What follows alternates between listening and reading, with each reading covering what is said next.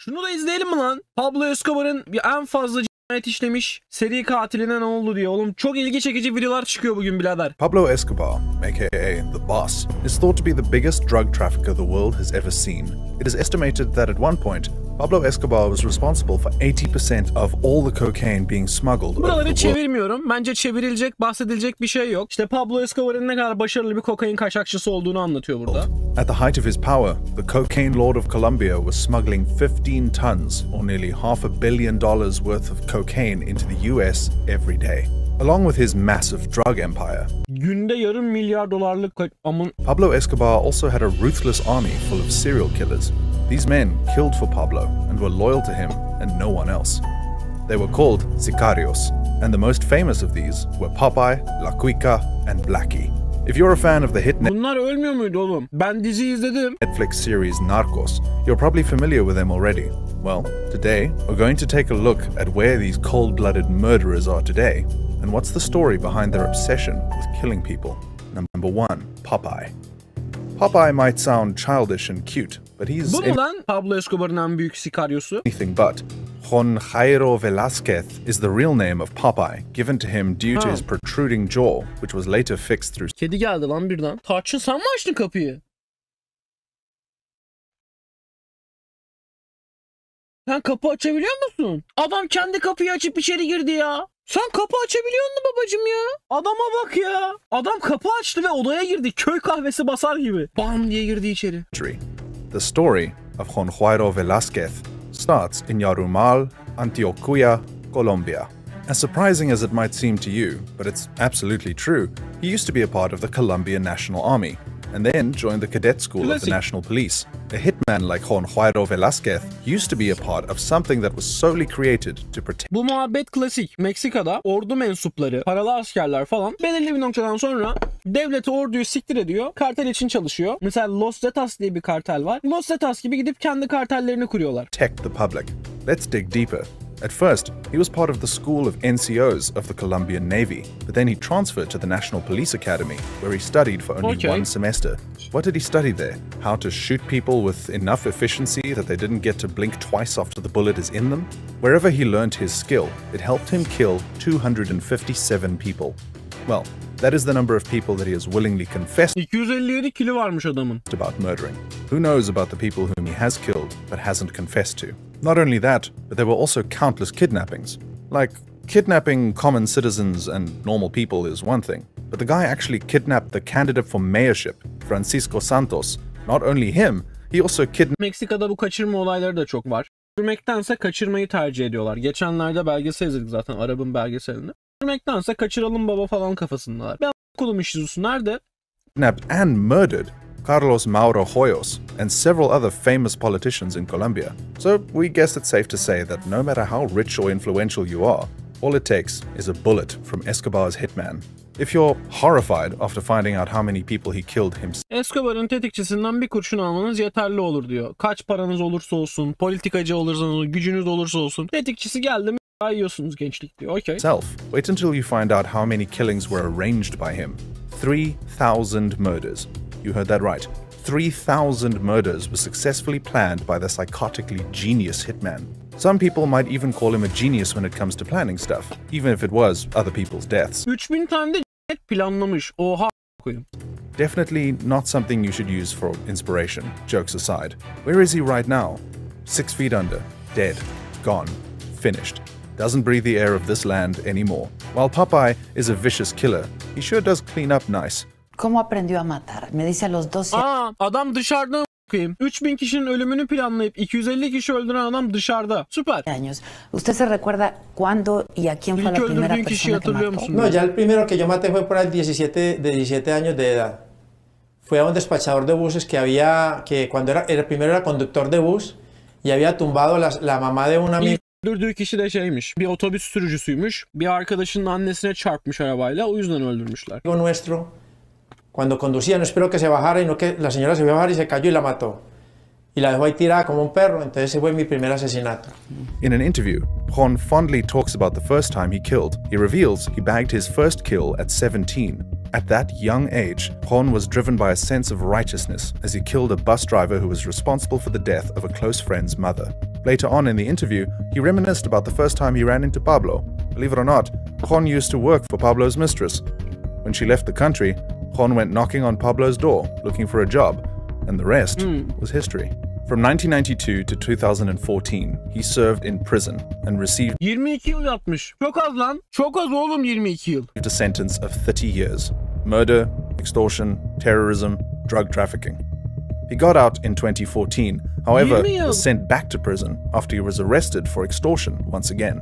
Old habits die hard. Ne azı? Ya şöyle, insan ömrü için çok. 1/3 ama 250 tane insan ömrünü almış adam. I guess. The guy was constantly in and out of prison until he finally died of stomach cancer. Ne kadar da devamlı hapishaneye girip çıkıyormuş. Birilerini vurduğu için galiba. Interestingly, he also set up a YouTube channel during his time out where he told stories about his time as a vicious, stone-cold YouTube kanalı da varmış. Bu ne oğlum? killer. According to him, there was an 80% chance that he was going to be killed by a former gang member. I guess even psychotic killers aren't safe from cancer. Öldürülme ihtimali de %80'miş adamın, öyle diyorum. Moving on to the next hitman of the world's deadliest drug lord. Number 2, La Cuica, or Dandeni Muñoz Mosquera, is considered bunların hepsi öldürüldü ya. by many to be the most ruthless and violent out of all of Pablo's killers. Dandeni en acımasız adamıymış lan. Hepsi acımasız ki bunların. He made his way into the Colombian drug war after being inducted into the Colombian army. However, he was Ordu üyesiymiş, klasik. charged due to several minor theft charges. From here, he made his way into Pablo Escobar's cartel, the Medellin cartel. This is when he was given the nickname of La Cuica. La Cuica means fat girl and was given to Dandeni due to his resemblance with his aunt. La Cuica soon rose to the top of the cartel's ranks and became an expert at everything torture. Not only was he one of Pablo's most trusted hitmen, but was also responsible for helping Pablo's army of killers. La Cuica ran a sort of training camp for hitmen. Kids, usually boys, Yeni katilleri falanla yetiştiren but buymuş. sometimes girls too, were taken from the street and trained to be loyal and expert killers for hire. Was one of the best at what he did. After murdering his victims, he would carve the words KK on his victims. This was so he could prove that he was in fact the one responsible for the murder. It is rumored that he also skinned his victims alive and sometimes went as far as having them castrated. For La Cuica to take up this lifestyle is quite surviving since he had humble origins. His father, believe it or not, was a policeman, while his mother was an evangelist. He was also related Babası da polis. Bu ne oğlum? Ülkenin tamamı polis mi onun? to the church during his early life. The US was after him for quite some time. However, they couldn't do anything since they didn't have the jurisdiction. All this changed after the 1989 bombing of Flight Avianca. You see, Pablo Escobar liked to make a statement. If one Escobar uçak patlattıktan sonra yiyor ya, ondan bahsediyorlar. person needed to be killed, he would have the entire bus or plane blown up. For the murder of an inside informant, La Cuica was hired to blow up an airplane. The hour-long flight was cut short as the plane blew up in mid-air, killing all 101 passengers on board. This İğrenç bir olay gerçekten. plane had 2 American citizens on board, the death of whom gave the US a reason to come after La Cuica. The crime made La Cuica the first person to be convicted under the 1956 federal law, which criminalized bombing a civilian aircraft. He was also the first person to be tried under the 1986 terrorism statute, which allows the US justice system to put foreign criminals on trial in cases of American death. The US tied La Cuica to 220 murders and the Colombian 220 cinayet. government to more than 440 Amerika 220, Kolombiya hükümeti 440. Oğlum 400 tane insan hayatı almak ne demek ya? murders, although the Colombian government never really pressed formal charges. La Cuica was caught and underwent trial in 1994. Later found guilty, he was sentenced to 10 life sentences and 45 years to be served consecutively. 10 tane üst üste ömür boyu hapis cezası, bir de üstüne 45 yıl hapis cezası. La Cuica is still serving his sentence and is staying at the same prison where the infamous Unabomber is locked up. In an interview from prison, La Cuica surprisingly denied all of his crimes. Por vida en la cárcel. Yo dije que por qué si yo no había cometido ningún delito. Ve suçunu da kabul etmiyormuş. Ben yapmadım bir şey falan diyormuş. Herifteki rahatlığa bakın. Ben yapmadım diyormuş. Bir şey yapmadım diyor. Güzel kafalar. Dijo que no le importaba, que si yo les ayudaba, ellos traían mi familia para acá y me daban dinero. Pero que si no les ayudaba me iban a condenar a cadena perpetua o me iban a matar en la silla eléctrica. Y me condenaron a cadena perpetua y buscaron testigos falsos, gente que yo nunca había visto en mi vida, y con esos testimonios me condenaron. Ellos no tienen ninguna pruebas contra mí porque yo no cometí esos crímenes. Number 3. Nelson Hernandez. Nelson Hernandez also goes by the name Blackie and was born in Colombia.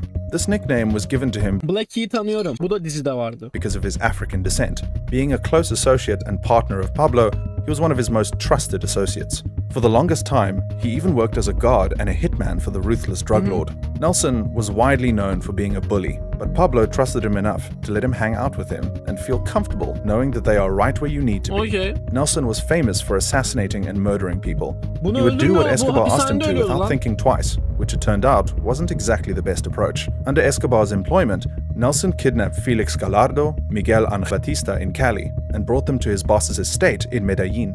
He helped Pablo out of one or two sticky situations by attacking Colombian judges and setting fire to all the evidence. Saldırıyormuş, kanıtları yakıyormuş. Pablo was really pulling the strings on Nelson, as he had him kill cartel boss Kiko Moncada. Blackie was most important to Escobar when he carried out the 1993 Bogota shipping center bombing, planting 220 pounds of C4 plastic explosives in a car parked in a downtown shopping center. As a result of the bombing, 220 kiloluk C4 patlatmış herif. over 20 people were left dead and almost 70 were wounded. Feeling guilty over what he did, Hernandez apologized to God while watching television footage of the aftermath of the attacks. Kids, women, and Saldırıyı yaptıktan sonra pişman olmuş çocuklar ve kadınlar. Hiç mi aklına gelmedi ya? innocent people were killed, and it was then that Hernandez started sensing that maybe Escobar was going crazy. Scared, he lied about seeing his wife, Maria Henao, and their daughter, Manuela, in a hotel window in order to prevent Escobar from forcing him to stay put until he them. However, he was arrested by police as he left the payphone, and he was interrogated by the DEA. Rather than be hanged for the bombing, he gave Agent Javier Peña and Agent Steve Murphy details on Juan Diego Diaz, leading to the Telefon konuşmasından sonra da yakalanmış. search block raid on Monte Cassino. As of right now, no one knows where Blackie really is, and it's assumed he's alive and well in the witness protection program. Pablo ile telefon konuşması yaptıktan sonra polis tarafından gelip alınmış, yakalanmış. Kendisiyle alakalı hiçbir bilgi, fikir şey yokmuş. İşbirliği yaptığı için polisle. Ne yapıyor? İyi mi, kötü mü, hayatta mı, ölü mü? Hiçbir bilgi yokmuş. Olaya bakın. Sen o kadar cinayet işle, sonra nanayko. Asiktir, güzel, rahatlığa bak. Anyway, that was all for today's video. Rahatlığa bak ya. Oğlum o kadar cinayet işle, bomba patlatıp koyayım sonra ne? Sonra ne baba? Sonrası yok ama oğlum çok komikmiş ya.